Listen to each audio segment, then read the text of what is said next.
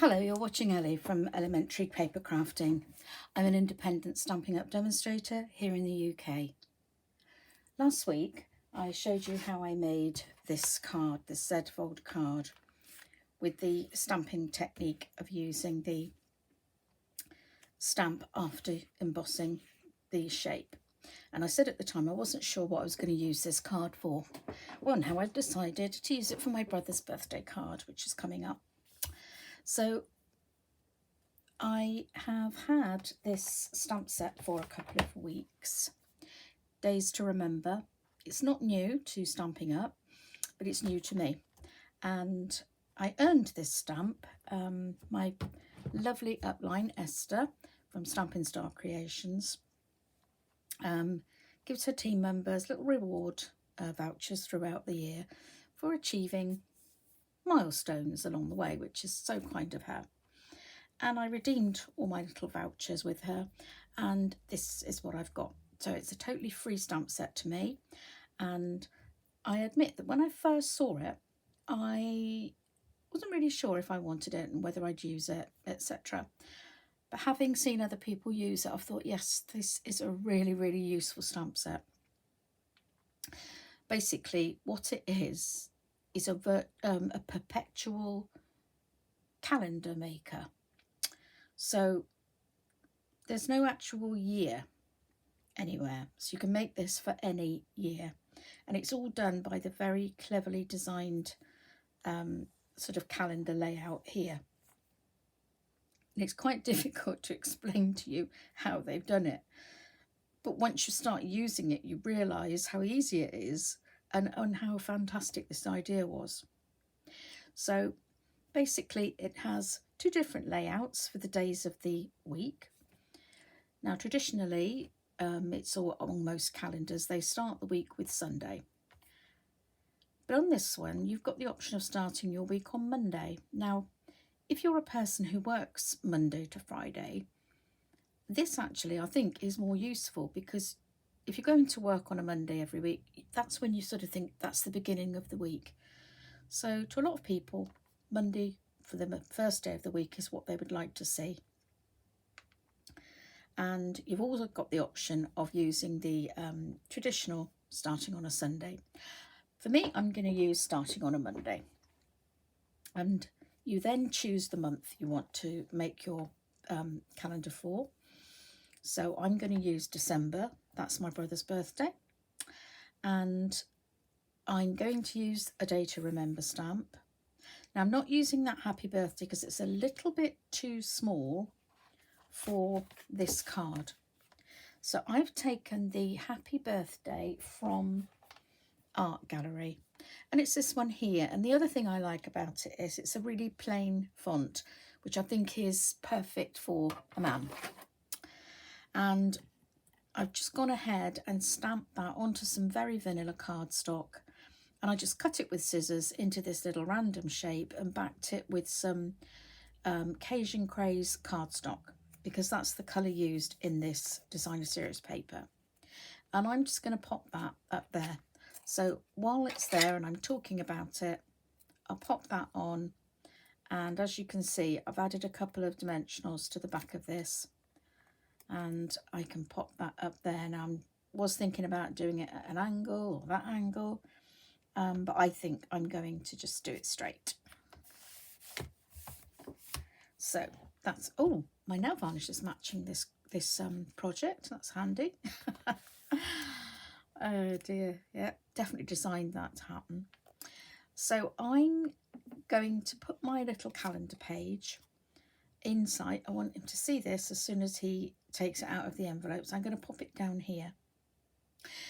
So I've found it easier myself to use this stamp set if I cut my piece of cardstock first. And I cut it to measure 2 5/8 by 2 1/4. So let's show you how you use it. So here's the complete stamp. I'm not sure if I've cleaned that. I don't want to stamp it on my, put it down on my clean grid pad. Yeah, that's fine. And it's just been so cleverly designed. The first clever thing is that it perfectly fits the width of our stamp pads. So let's use the Cajun Craze. So as you can see, the days of the week fit beautifully onto the G block. And they fit, as I say, I've cut this piece of cardstock so it's exactly the right size that I want. And I'm going to, let me just sit up so I can look over what I'm doing. So I want a little bit of a space at the top. So what I'm doing is I'm just putting the stamp next to it, and the last day of the month, the 31st, is just above that line. So if I put my cardstock on that line, then I know I'm going to be in a good place. And then if I look across there, my numbers for the first week are starting just there. So if I bring this up to stamp around about that line, I shouldn't be too far off. So just stamp the days of the week down. Just give that a minute for the ink to transfer. And there we are. So the next thing you do is, obviously you need to look at your phone or a calendar or another to find out what day is the 1st of December. And I know it's a Wednesday. So just take your stamp and put the 1 underneath the Wednesday, the W for Wednesday. And then that's where you're going to stamp your numbers. Okay, now, another thing about saying how clever it's been designed is, again, this actual whole month of numbers just fits beautifully over the stamp set. So I needed to start with the 6 here and end with the 5 up there. And if you see, it fits across the width. So I'm only stamping those numbers. All the numbers on that side and that side are off the stamp pad. And that's what I mean about the clever design of this. And I actually looked at these numbers and looked at how it was formed and worked out how they designed it. But actually, you know, the person who came up with this is just a genius. So I'm going to stamp that just there so that the 1st is right under the Wednesday. I'm not pressing hard here. I'm just making sure that all of the stamp gets time to transfer the ink, because it's a wide stamp, and if I just went like that I might miss the middle.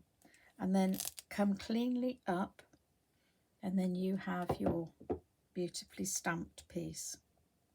Now I could actually have come down a bit further with that, but to make sure I got that in the right place I would have had to put my head right over it, and I didn't want to get my head in the camera. So on this little block I've put December,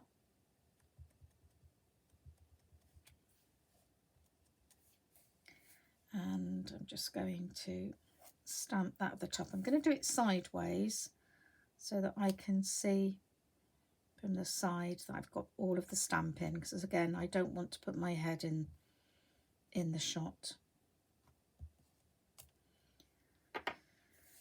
So that's at the top there.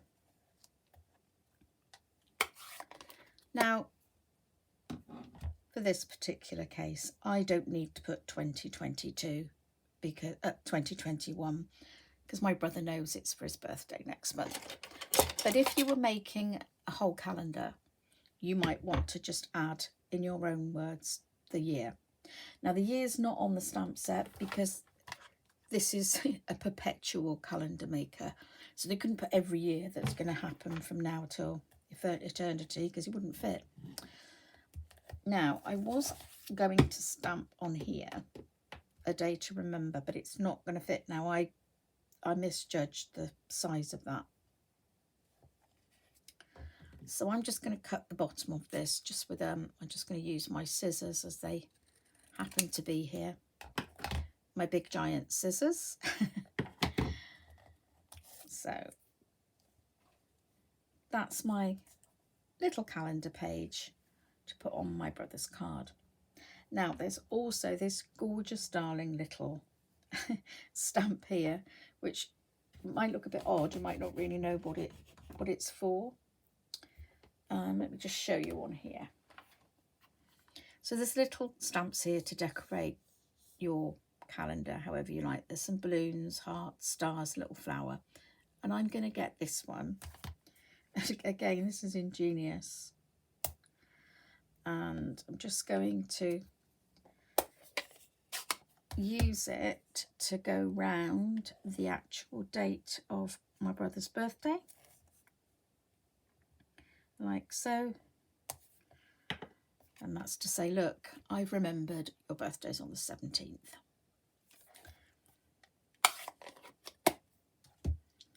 So let's just bring my card back in and my tweezers. Now, had I been going to put this in a larger area, supposing I was going to put it right in the middle, I would map this onto a piece of Cajun Craze cardstock so it didn't get lost. But as it's going there, I haven't really got room to do that. It would come off the edges, and I don't want that. I want the whole thing to be seen. So I'm just going to use it as is.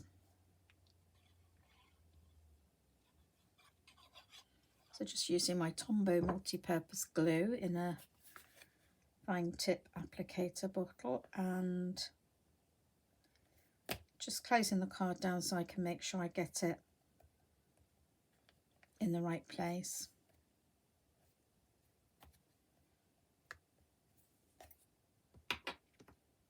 And then I think I might just stamp that there, a day to remember. I think that would be quite nice.